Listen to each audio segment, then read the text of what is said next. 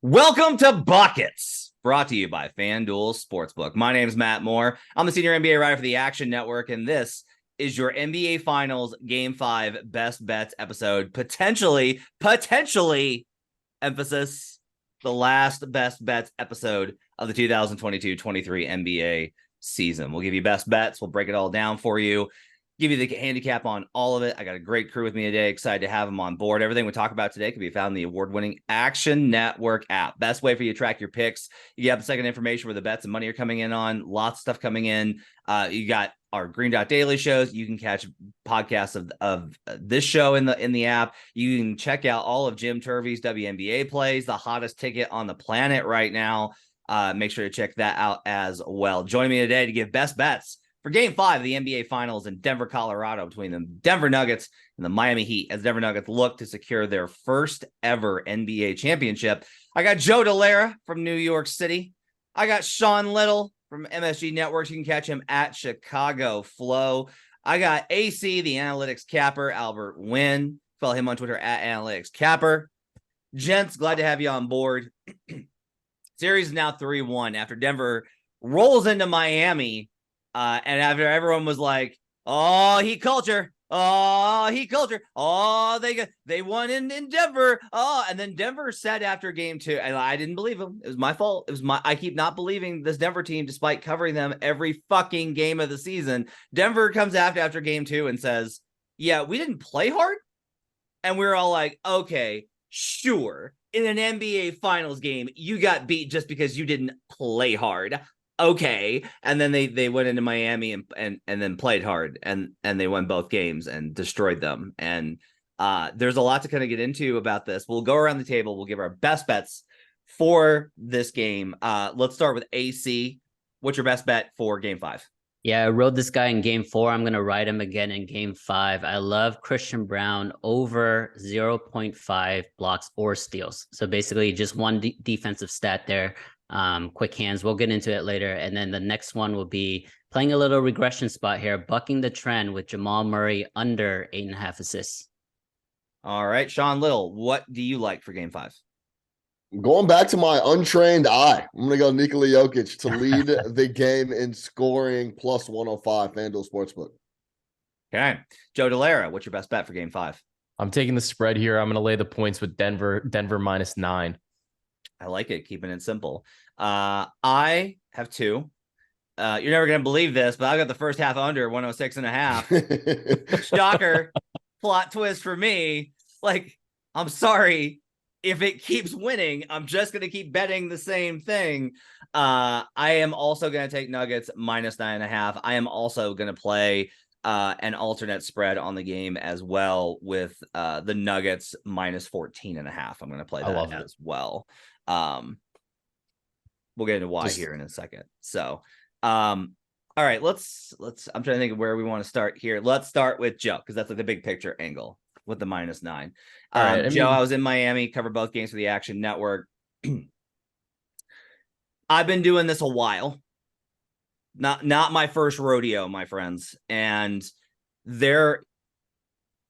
most press conference content is blather. Like, it's meaningless. It's cliches. If you know the team well enough, you understand which cliches they use in what situations, and you can understand the tone.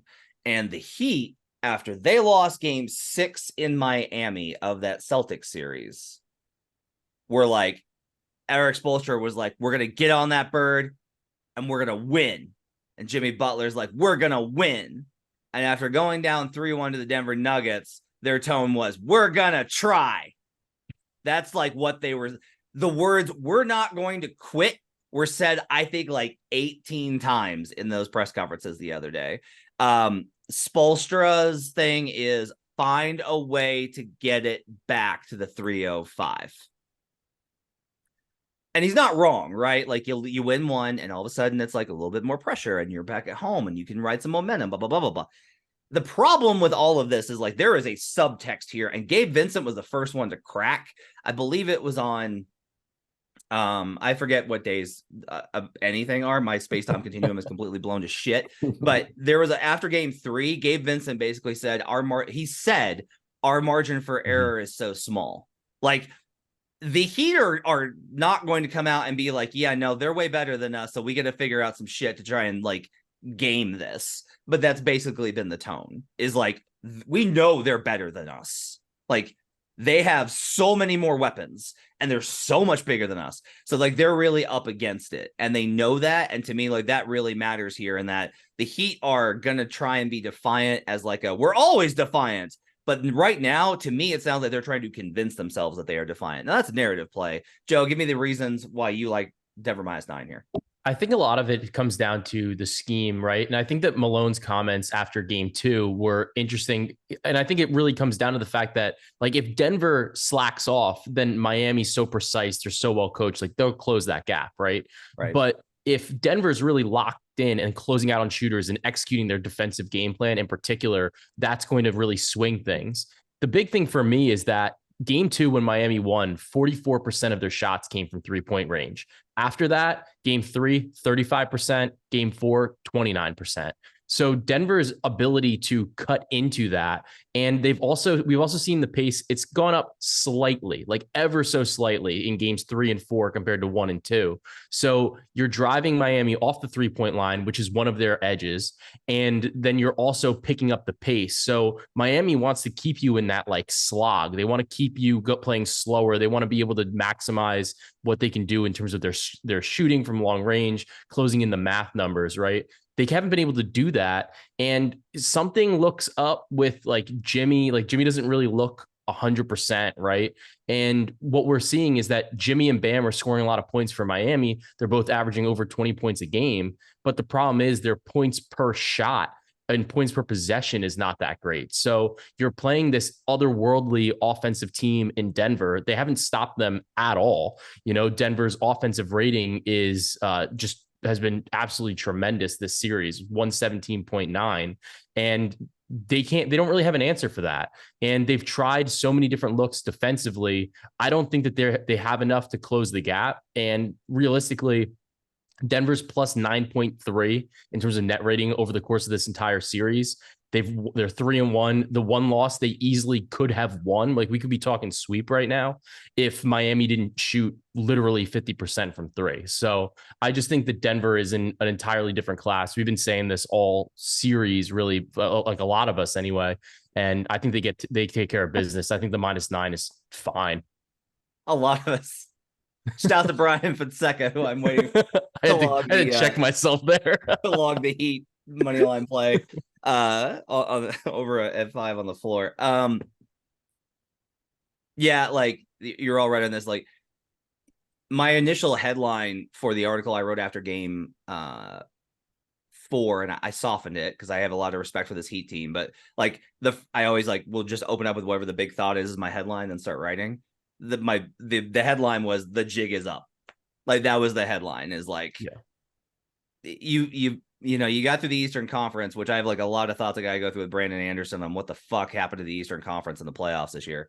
Cost both of us a lot in these playoffs, but Brandon's gonna be fine because he's always somehow fine. But like, Miami definitely, I have a hard time here with. I don't think that Miami's going to crack, which that's actually makes me more confident in this, because I'm like, I'm not betting this for narrative reasons. I'm not betting this for like they're going to quit, right? Because that was a huge mistake by what I did in game 4 of the Celtics series. Yeah. Or game 5, game 4 of the Celtics series is when I fucked that up, of the Celtics Heat series. Sean, we'll get to your cap in a second on Joker. Yeah. But like, when you look at the series, how do you feel like, in terms of, are we playing too much into recency bias here with the Nuggets having smashed them in back-to-back games? No, I don't think so. I think this is exactly how we thought it would play out. And when they don't, I tweeted out, throw everything else out, all the deep analysis, everything else. If the Heat don't shoot 50-ish% on 30-ish attempts, it's an L. Period, point blank, that's it. Mike Malone needs all the credit in the world. He woke those boys up. They were sleepy in game 2, and he said, listen, these are the guys that everyone's been talking about, and you felt them now. We're going to go to Miami. You boys need to wake the fuck up. It's the NBA Finals. And I'll say this, he's also doing a great job not calling Michael Porter out by name. Because he's a lot of these pressers, he's been talking straight to Michael Porter Jr.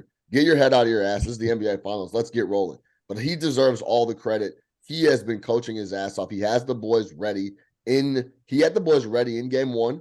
He had them ready in game 3 and game 4. And I don't think he's going to come off the gas. His mentality, everything I've heard him say in post-game pressers, in every interview, pregame, in-game, is let's take care of business, step on their neck, close it out. We don't want to give these guys any life. I don't see why they don't go home to Denver and take care of business by double digits. And like you laid out, the jig is up. Miami is out of answers. Spo is trying everything. I'll talk more about it when it comes to the Jokić piece, but better team overall.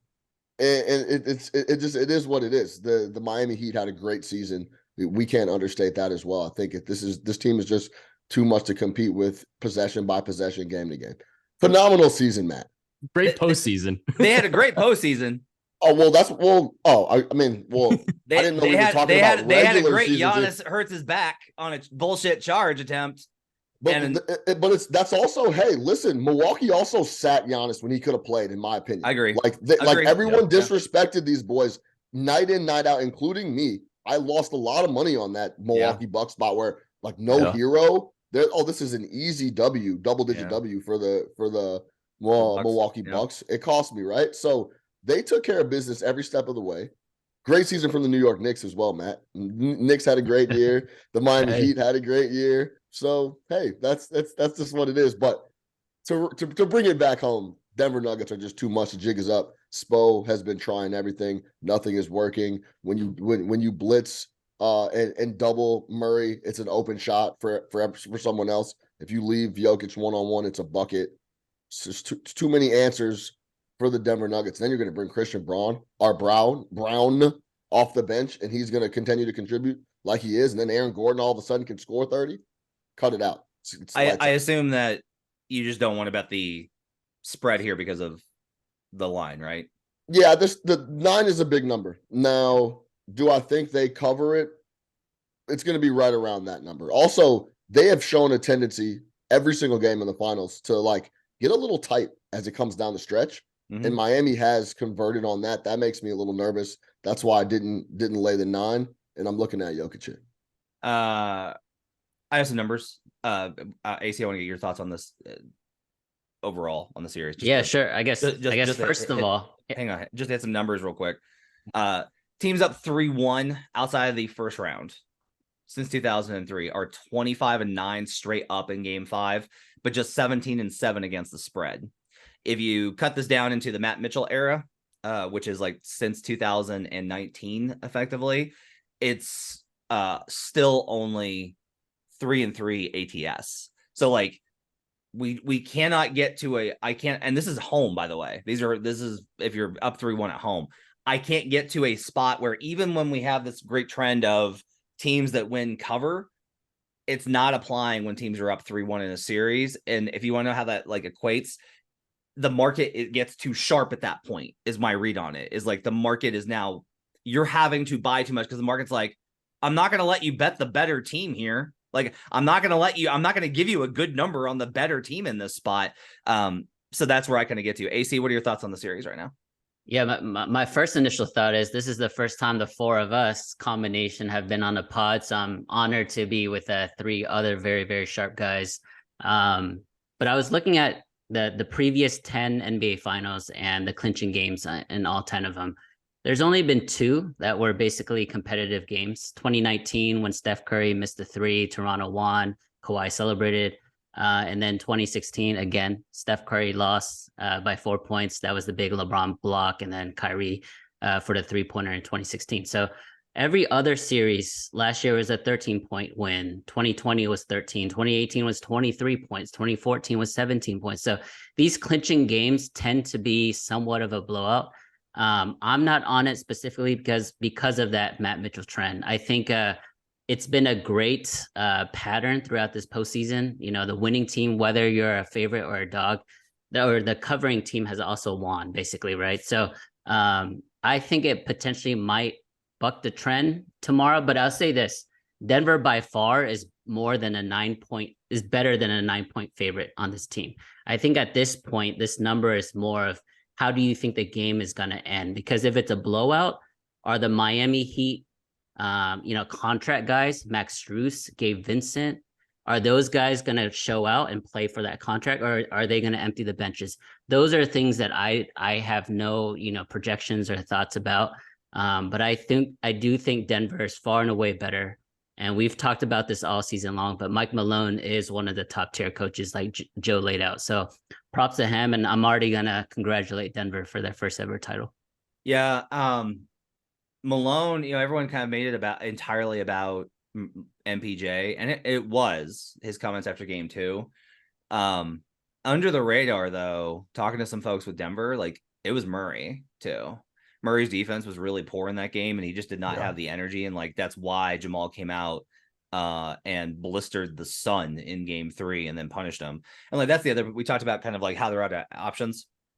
So what happens is Denver adjusts to what Miami does in game 2. And in game 3, they kill them in 2-man game, including like, they made really smart. I'm not going to get into like all of it, but the short answer here is in zone. There's only so many certain ways that teams are programmed to attack a zone, and that's why it's so effective. And because the Nuggets have Joker, they're able to be like, oh, let's not put you at the elbow. Let's drop you into the mid post. And once they did that, he's behind the zone now, and Miami was like shit. And so then in game 4, they're like, we're gonna adjust to that. And it's like, what's the consequence of that? Well, we're going to leave the weak side corners open. Cut. Like, there are no good, like, once Miami started hard blitzing Murray, I was like, oh no, they're out. Like, they're cooked. And Spo is saying, I am compromising my defense because I am so unable to contain you. Yeah. Like, again, Spo has been more annoyed at the way that we have talked about coaching in this series than anybody, for a guy that quote unquote doesn't listen to any of that. Like, Spo has been like, he hasn't said this, but I've been in these pressers, and his tone is, and like his answer to Ramona wasn't entirely like a one-off situation. He's got a lot of respect for Ramona, but like, Spo's tone in these press conferences has been like, please stop pretending that I am a warlock. I do not know how to stop Nikola Jokić, because there is not a way to stop the Nikola Jokić. Like, that's not possible. And that leads us, Sean, to your pick, which is you like Nikola Jokić to lead the game in scoring, plus 105. I will tee you up here. The strategy for the Heat has followed as such. In game 1, they got destroyed by Jokić in every facet of the game. So in game 2, they adjust and they say, let's try and take everybody away. It wasn't as blatant as people make that out to be. It's more of the pace of the game, honestly. He still had 11. We talked about this. He had 11 potential assists versus his average of 15 in a much slower game. So we're talking about like 1 or 2 fewer potential assists in a game, and just nobody could hit shots. Then in game 3, obviously that got blown to shit. And it kind of is kind of an illustrative, though, where the Heat are not going to, I don't think, ever take an approach of we have to stop Joker, because they know that the passing will just eradicate them. So they have to live with Joker scoring. Like, it is just a fact of life that they have to accept. And game 3 is proof of that, because they blitzed Jamal. And then we're basically like, if Joker scores, okay, let's make it tough on him. And they did make it tough on him, I will say, in game 4. Like, he was not as efficient as he usually is. But the only reason that he still doesn't put up 27, 28, 29, 30 points is because of foul trouble. And like, to me, Sean, that's the only way you get hurt here, is if they get him in foul trouble again. Yeah, we could retweet that and just go to AC if you want to save some time. Matt Mitchell, shout out to Matt Mitchell. But yeah, I agree. Tenfold. This is the only time they've had success and won a game was in game 2, when you're right. It wasn't as blatant as it was made out to be. And Spoelstra was annoyed that people kind of were. The Ramon Shelburne situation was interesting because it was the last question. He was kind of ready to get up, and he was like, "Okay, we got one more." His hands are on the presser table, and it's like, "Not this Jokic. Make him a passer question." He's like, "Look, you guys, to the untrained eye, it might look like that, but let's be honest. That's the only way they have any success is if they try to go single coverage on as many possessions as they can, lock up everyone else, and then they're just going to have to live with Jokic scoring. I think that's the default. That's the step in the series. We talked about the jig is up and Spoelstra has no answers. He's just going to force other guys outside of Jokic, and he tried to square off Murray a bunch. As I mentioned, they blitz Murray, they double him. They're saying, okay, I guess we'll just give Jokic open threes. Jokic is like, okay, I'll take those. I'm shooting 47% in the playoffs. I'll knock these down, no problem. I'll take them. I think they're almost back to square one, as if we're going to have to let Jokic score. So no matter what Spo says, that's the only success they have had. Also, on the props board, Jokic is 29.5 points. That's the top points prop number. Butler's at 27.5. He's second. And then Murray's just been playing out of his mind. In that game 3, that was the best game I've ever seen him play. He was 12 of 22 from the floor, had the triple-double. He was just absolutely lights out in that game 3. Massive for them and him. And just how I think people look at Jamal Murray has just skyrocketed, including my opinion of him. We knew what he could do, but for the way he stepped up his game in the playoffs and in the regular compared to the regular season has been spectacular. This is back to the only answer they have left. Back to the props board. Jokic 29.5, Butler's second at 27.5. Murray's down, I think, around 23 or 24. I don't see Butler coming out and putting up a big number like a 30-point game. The only time that Jokic hasn't been right there is when Murray had his best game of the playoffs for me in that 34-point game. Jokic had the 41-point game in game 2. I think we go something similar in that realm. That's the only way the Miami Heat have success. I think Jokic takes it, does his thing, and puts up 35-plus points in this game. You could take over 29.5. That was minus 112 over at FanDuel. I like the plus 105 number better. I think he scores 30-plus, leads it. If Miami has any success in this game and does somehow pull off a victory on the road, it's going to be even spread out success. Jimmy Butler has 20, 23, 24 points. Vincent has 17. Duncan has 12. Strus has 9. It's going to be spread out evenly in that sense. I don't see it happening. I don't see Jimmy Butler single-handedly having a massive game. He hasn't yet for the most part. Denver, that size we talked about coming into the series has been a big factor. I like Jokic to have a big game. I like him to lead the game in scoring. When they go at Jokic in the paint, it's a bucket. When they double Murray, it's a wide open look for someone. They're just going to have to live and die by Jokic scoring. So I'm going to take him to lead the game plus 105. I like the play on him to lead the game rather than his individual prop overs, right? Yeah. Like I like that play there because the pace has just been so glacial in these games. Yeah. These teams are playing so slow here. Joe, as one of our resident prop guys, I was curious about how you felt about that play on Joker. I think it makes sense, especially based on the way that you're kind of projecting the game and like the way that Murray especially has been used. Like they're blitzing him, like Miami showed that last game. So I do think that kind of forces the ball out of his hands a bit. The only thing that I always get like nervous about with those like top scorer ones is I feel like you always like add in a little bit of variance because like you're adding in other guys or other things going on. For sure. But I think that the way that you explained it and why you like it because of the pace makes it make a lot more sense in this particular spot because, like we're looking at a 90 pace on the entire series. So I think in this angle, like I understand why you went that way. It's like, for me, that this cap is, okay, if you're wrong, if you lose, how did you lose? Yeah. And it's Jimmy, because like Bam just simply, I have so much respect for Bam Adebayo in the series. I've always like loved Bam's game. Bam is battling and he's doing so much on both ends and he's rebounding and he's playing so hard and he's fronting and he's flopping to try and draw calls and he's taking mid-range shots and he's having to be like a volume scorer and he's doing all this and he's getting his ass kicked. But like he has battled so hard. But this is the problem is like Bam took 19 shots in game 4 and had 20 points. This is like 3 of the 4 games he's had within 1 point of his shot total. Yeah. Like he's not putting up that like 1.4 points per possession that He per can't. shot that he needs. Yeah. And he doesn't draw enough fouls because he doesn't Right. he takes the little bunny. He doesn't go to the rack. So it's like, I get what he's doing, but you're not going to see a big scoring output from him. Right. So then it's Jimmy. Yeah. And like the way you lose this is if Jimmy Butler, who has not looked healthy in a month and a half, if he's suddenly healthy, if he's suddenly now healthy, because talking to the Heat people that cover this team day to day, they are like, he's just not right. And as much as I want to credit Denver and what they've done and their fight, like a lot of this is like, I have openly like exclaimed, what the fuck are you doing in the press box when he's had like Jamal Murray on him?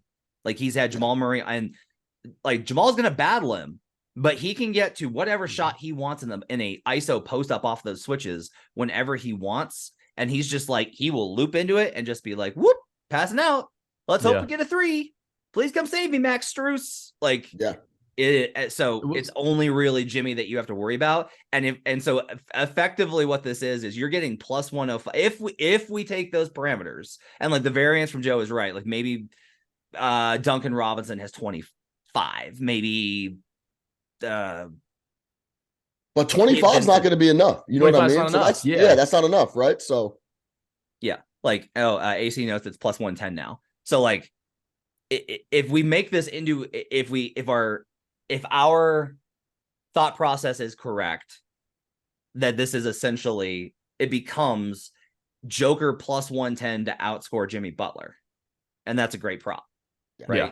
So because I think the head-to-head line is like minus 135 for Joker over Jimmy. So if that's how you're capping it, then you're really getting a lot more value, right? AC, let's talk about your props. So let's talk Murray first here. You got under 8.5 assists here. Give me why you like that one after Jamal has been absolutely just incredible with his assist numbers and potential assists. Yeah, he turned it at present day John Stockton, averaging 12 assists a game. But I was going through his entire career game log that includes preseason, regular season, all of his postseason games. He's never had a streak like this. Props to him. He's been amazing. He's like a low key sneaky pick for MVP. He's not going to win it, but the way that he's impacted the game through his decision making, his playmaking, and just knowing when to pass versus knowing when to score is an innate ability that you can't really teach. So props to him. But I'm just going to fade the streak, right? He's had 4 straight games of over 10 assists. The number right now is set at 8.5, juiced a little bit to the under at minus 125. I'm going to take it. I think it's good value. And if you and Joe are correct in terms of Denver winning in a blowout, right, by double digits, we may have some of these guys sitting earlier than people expect. So games like these, when it's larger spreads, I like to do the unders anyway. So I like Jamal Murray under 8.5. I think the question here is like, do you think that they stop blitzing?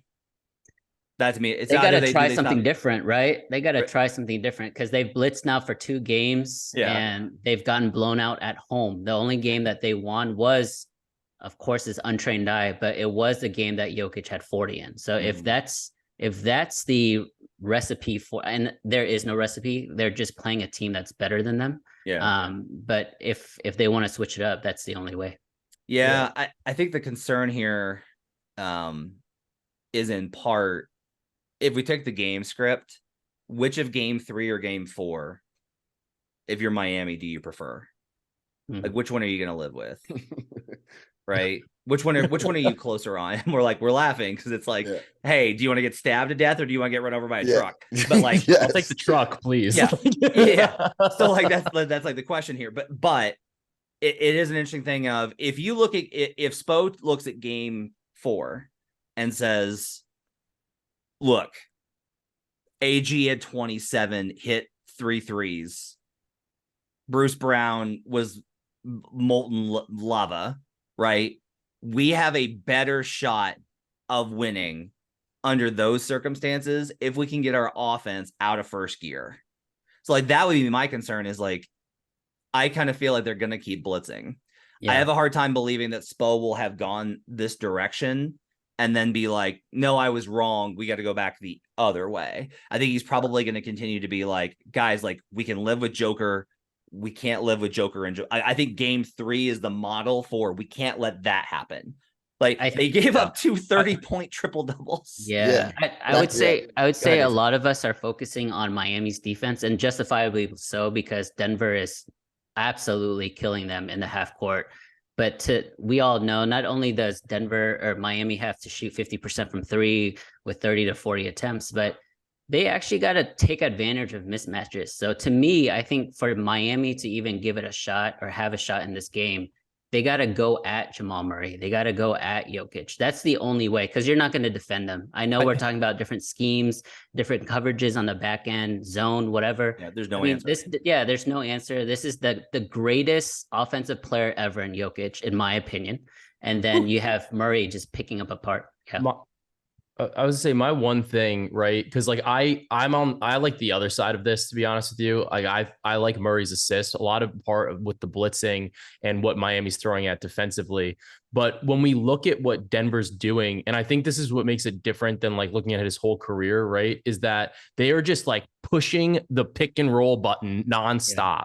Yeah. And like he's averaging almost 6 assists just to Jokic. So it's like, for me, I think that sometimes with these playoff series with the props, like this opened at 5.5 in game 1, and then it's moved up like by 1 basically every time. I think that sometimes like the books like literally can't adjust it enough, because they can't change their models that much from like one game to the next. So like I think that like we're at the 8.5 now. I think the 8.5 is still borderline like low. I think that they just don't want to go to a 9.5, because then you're looking at like it's going to throw off some of the derivative markets with like double doubles and stuff like that. I think that like if you're going to play him, I think that if you're going to play this under, it's because you're trying to hedge that bet that we gave out, I think in some of the articles, but Murray to have 10 assists in every game. I think Brandon touched on that too. I think that it's more of like a hedge. Because like, honestly, I haven't seen Miami throw anything at him that works. And like that he's not scoring, but the passing is just always there because you can't stop Jokic. Yeah. The other thing I've got here is that if you ask me, I wrote a little bit about this, and I'm writing a little bit more about it today. You can find it in the Action Network app. Like, okay, so what does Miami do? To me, the answer is honestly, you abandon the defensive side. Like, you just say, look, we're a good defense. We're getting killed by better offense. We got to get more offense on the floor. I didn't give this one out earlier. I'm going to play Kyle Lowry over 9.5 points. He's been sensational in the series. I think he's got to play a lot. Like, Gabe Vincent had a really good start to the series, and I was like, aha, just like I thought. And then Denver was like, what if we defend him? Like, what if we just like try guarding Gabe Vincent? And then Gabe Vincent went wah wah wah wah. Max Strus is unfucking playable in the series, and I have no idea why Spo hasn't like gotten there yet. I think Duncan Robinson, we were talking about this before the show, they won't post his props, and it's annoying me to no end, because if they post Duncan, we are all going to be on the over. Duncan's got to play a lot in this game. The problem, I think, AC, with that is like there is a possibility that and Lowry's a good defender for being 100 years old, but like if they go to offense only, I say this by the way, and like Lowry's like 4 years younger than me. Like if they go to offense only, then that's going to kick up the offensive rating for the Nuggets, and that's inherently going to lead to more assists because all of their offense drives through assists. But I think it's an interesting question to ask here. Hit me with Christian Brown, and I got one more thing before we get out of here. Yeah, Christian Brown, I think this one's simple. Every time he's played more than 10 minutes in the finals, he's going to have a block or a steal or both. Game 2 had 3 steals, game 1 steal, and then game 3, 1 steal. And then this previous game, he had a steal and a block. I think his ability not only to play one-on-one heads-up defense, so he's always trying to get cookies on you, but he's a great help defender as well. Like if you just watch Christian Brown on defense, it's amazing because he's so active. He'll touch the center, come back to the corner, or he'll play heads up defense on the pick and roll, fight through the screen. So I think just from his activity, he had 15, 19, and 15 minutes respectively in the last 3 games. I think he's going to be around there again. So I think this is pretty much I don't say it, but I think it's going to be pretty easy. All right, let's Really go do quick. buckets for Sunday. Really quick note, Sean's Matt, got one before more. we get out of here. Really quick. I love the Christian Brown play just because he's affected the game every time he's come on. I said that when he was playing defense against Devin Booker against Phoenix. I was like, yo, I would love to see more Christian Brown on the floor, and that's what we've seen in the finals. Going back to Murray and Jokic before we get out of here. Jamal Murray can be slowed down. There are different options they can pick. I think if you were to see a lot more of Jimmy Butler, it would slow him down a bunch, but then that would take away a lot of the offense that Jimmy's going to need to produce to win this game. This is the Nikola Jokic is one of the player. Like I've never seen this guy have a bad game, to be completely honest. Like he is extremely, if almost impossible to slow down. You can slow Murray down. I don't think there's no answer for Jokic. So there's going to be things that I think Miami throws at Murray to slow him, which opens up and the live and die by Jokic scoring a bunch of points and we'll live with it. Like you said, Matt, they can't let Murray score 30 and have a triple-double and Jokic be Jokic, which he is every single night on the floor. It just can't happen. They're going to focus on Murray, and hopefully that slows down the assists as well for AC. Jamal had 15 points on 5 of 17 shooting in game 4. Right. The Nuggets won those minutes by 22 points. Yeah. Stuff. The jig is up. All right, we'll see what happens in game 5. If the Heat do manage to heat culture this shit and come back and win this game, we'll have a best bets episode for game 6. As I very sadly start packing for Miami, as my kids very much miss me. And then we'll continue best bets throughout the rest of the series. If the series ends, I'll have Brandon Anderson on and we'll do a series wrap up and kind of a season look ahead as far as like some stuff. We'll start doing like buckets isn't going anywhere. Make sure you guys check out the WNBA episodes. But thanks to David Payment, our producer, for putting this together on a Sunday. My thanks to Joe Delera, Sean Little, and AC Albert Wynn, the analytics capper, for joining me on a Sunday morning as well. I appreciate you guys taking time out of your Sunday morning to do this pod with me. We will see you guys again on our next episode, whether wrapping up the NBA season or looking ahead to game 6 with best bets. Thanks for joining us. Till next time, let's get buckets.